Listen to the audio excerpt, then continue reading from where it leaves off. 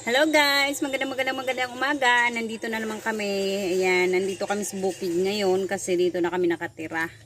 Tapos, para makapagluto, kailangan namin maghiwa ng goma para makapagpaapoy. Kasi ang hirap dito ng